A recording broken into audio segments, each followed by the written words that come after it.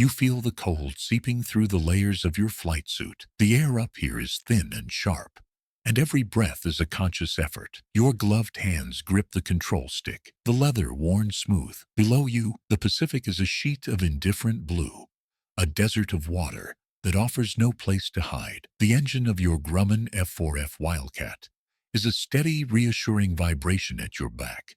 But you know it's a lie. It's a reassuring lie. Out here, you are the prey, and the hunter has a name, the Mitsubishi Zero. Suddenly, a glint of silver catches your eye. Far off, at your 11 o'clock high, a single speck. It's not one of yours. It's moving with a purpose that chills your blood. You watched as it drops into a dive, its silhouette becoming unmistakable. The long, slender nose, the bubble canopy, the elegant wings. It's a Zero, and it's coming for you. You check your ammunition counters. They're low. You check your fuel gauge. It's critical. You have two choices. Turn and run, knowing the Zero can run you down, or turn and fight, knowing it can outfly you in every way that matters. In that split second, as the distance closes with terrifying speed, your mind finds a third option, an option born of pure, unadulterated desperation. You're not going to outfly him. You're going to use your 4 tons of American steel as a battering ram. This is the true story of Lieutenant Commander Edward Butch O'Hare and the forgotten, unspoken tactic of aerial ramming in the Pacific War. It's a story that lies buried beneath decades of heroic myth-making, beneath the clean narratives of superior American industry and ingenuity. What you're about to hear is the raw, physics-defying reality of combat. In the early days of the Pacific, when the gap between technology and survival was measured in seconds, and a pilot's last resort was to turn his own aircraft into a guided missile. In the dark days following December 7, 1941, the United States was reeling, but in the vast expanse of the Pacific, a more specific, more terrifying problem was emerging. The Mitsubishi A6M Zero. It wasn't just a good airplane. It was a paradigm shift. It was a weapon that had been designed for one purpose: to achieve absolute, unchallenged air superiority over the ocean, projecting Japanese power further than anyone thought possible. The Zero was the brainchild of a brilliant engineer named Jiro Horikoshi. He was given a near impossible set of requirements by the Imperial Japanese Navy: a fighter with unprecedented range, exceptional maneuverability, and a powerful punch. To achieve this, Horikoshi and his team made a series of ruthless compromises. They stripped the airplane of everything they considered non-essential. Armor plating for the pilot, gone. Self-sealing fuel tanks, too heavy. A robust airframe that could withstand damage. It would sacrifice maneuverability. The result was an aircraft that felt less like a machine and more like an extension of the pilot's will. It could turn inside any Allied fighter, climb at a staggering rate, and thanks to its long-range capabilities, loiter over a target area for hours, waiting. For American pilots in their Brewster Buffaloes and Grumman Wildcats, the first encounters were not just defeats. They were humiliations. The Zero appeared to be an invincible samurai of the sky. The kill ratios in the early months were catastrophic. In some squadrons, pilot losses exceeded 50% in their first few combat sorties. The psychological toll was immense. Pilots began to whisper stories about the Zero, stories that made it seem more like a ghost than a machine. They had nicknames for it: wildebeest, for its shape, or hump, a name born from a misunderstanding of its designation code. But the most common feeling was one of helpless dread. You could be the best pilot in the world, but in a Wildcat, if a Zero got on your tail, your life expectancy was measured in heartbeats. The American answer, the Grumman F4F Wildcat, was the antithesis of the Zero. It came from the Grumman Iron Works, a company with a philosophy of building rugged, durable, and forgiving aircraft. The Wildcat was slower. It couldn't turn as tightly. It couldn't climb as fast. But it had two things the Zero didn't. It was tough, and it was part of a team. Grumman had armored the cockpit and equipped the Wildcat with self-sealing fuel tanks that could, in many cases, seal up after being hit by machine gun fire. It was a flying tank designed to absorb punishment and bring its pilot home. But toughness alone wasn't enough to overcome the Zero's performance edge. American pilots needed a new way to fight. They needed a tactical solution. That solution came from a thoughtful, innovative commander named Lieutenant Commander John S. Thatch. Facing the same grim statistics as every other squadron leader, Thatch retreated to his cabin and, using matchsticks on a table, devised a defensive formation that would become one of the most famous tactics in naval aviation history, the Thatch weave. The logic was simple but brilliant.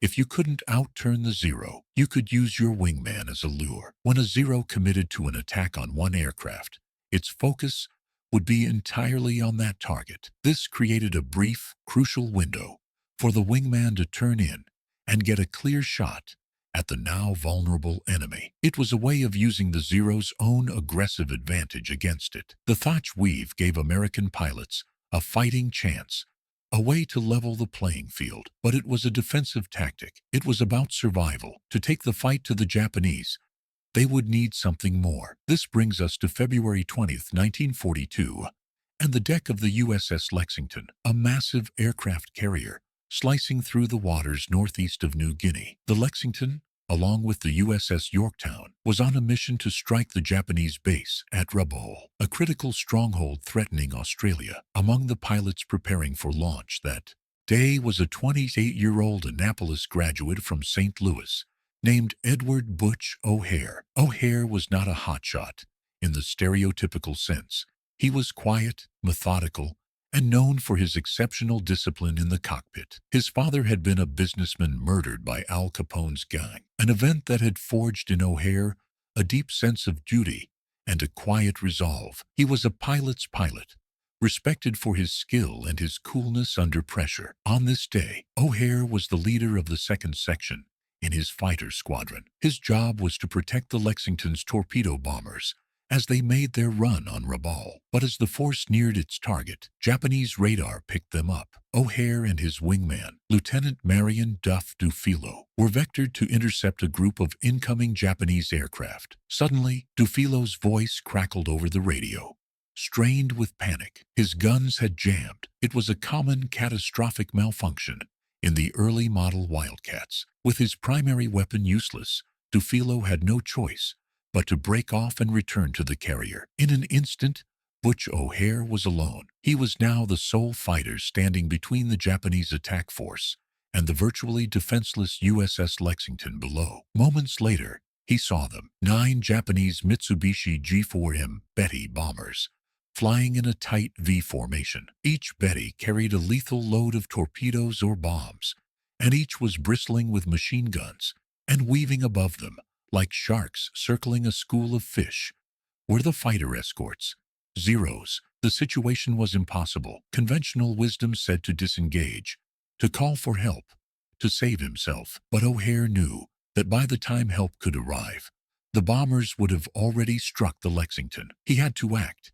He had to attack. He didn't go for the Zeros. That would have been a losing battle. He went for the bombers, the real threat. He targeted the rightmost section of the V formation, a flight of 3 Bettys. His plan was audacious, a high-side diving attack that would use his speed to his advantage, getting in and out before the Zeros could properly react. His first pass was perfect. He walked his tracers from the Betty's right engine back across the fuselage. The engine burst into flame, black smoke pouring from the cowling. The bomber wobbled, then fell out of formation, spiraling down towards the ocean.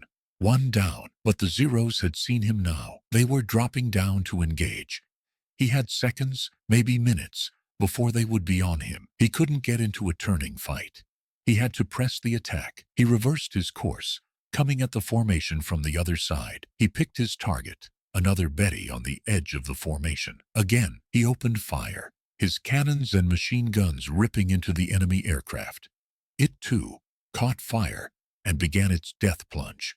2 down, he made a third pass, and a fourth. Each time, he used his speed and altitude to make a slashing attack, then extend away before the Zeros could corner him. A third bomber went down, then a fourth. The formation was starting to break apart. The Japanese pilots clearly shocked by the ferocity of this lone attacker. But O'Hare was running out of a critical resource, ammunition. His guns were hungry beasts, and he had been feeding them relentlessly. He lined up for a fifth attack. He squeezed the trigger, a short burst, and then silence. The guns were empty. He had just single-handedly shot down, or heavily damaged, 5 enemy bombers. He had saved the Lexington, but he was still in the sky, alone, unarmed, with enemy fighters all around him. And there was still one more Betty bomber, limping but still in the air, trying to make its way back to base. This is the moment the official reports gloss over. This is the moment the legend omits. With his guns silent, O'Hare had a choice. He could turn for home, his job largely done, or he could eliminate that last threat. He looked at the damaged bomber, then at his own wings. He made a decision that went against every instinct of self-preservation, every rule of aerial combat. He wasn't aiming to shoot. He was aiming to hit. He pushed the stick forward, closing the final few feet. He braced himself. There was no sound, just a violent, sickening lurch as his right wingtip sheared into the Betty's empennage, its tail assembly. The sound was a screech of tortured metal, a grinding shriek that vibrated through the entire airframe. Inside the cockpit, chaos. The world spins. Alarms may or may not be blaring. Survival instinct takes over. O'Hare's training kicks in. He fights for control, kicking the rudder, pulling back on the stick with all his might. The Wildcat, battered but incredibly resilient, slowly responds. He levels out, breathing heavily, his heart hammering against his ribs. He looks out at his right wing. The last 4 feet are gone, shredded into a jagged, ugly metal fringe. He flew the crippled Wildcat for over an hour, nursing it, fighting the constant pull to the right. When he finally arrived back at the carrier, the deck crew stared in disbelief. They had heard the reports of a lone pilot taking on 9 bombers. They hadn't heard this. As he trapped and his plane came to a stop, they saw the mangled wing, the undeniable evidence of a collision. But in the after-action reports, it was recorded simply as collision in combat. The deliberate, intentional act of ramming was a truth too uncomfortable, too desperate for the official record. Why the omission? Because the Navy was building a narrative of American heroism, yes,